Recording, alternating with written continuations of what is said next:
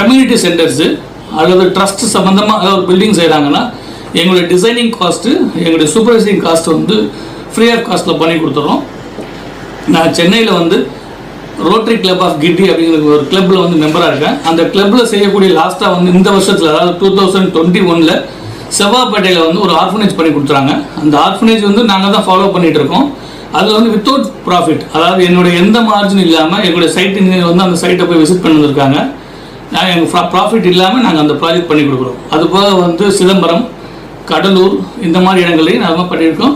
பள்ளிவாசல் வந்து 18 பள்ளிவாசல் தூத்துக்குடி, அன்னூர், கோயம்புத்தூர், திருப்பூர், கரூர் போன்ற இடங்கள்லாம் வந்து பள்ளிவாசல்லாம் பண்ணி கொடுத்துருக்குறோம்.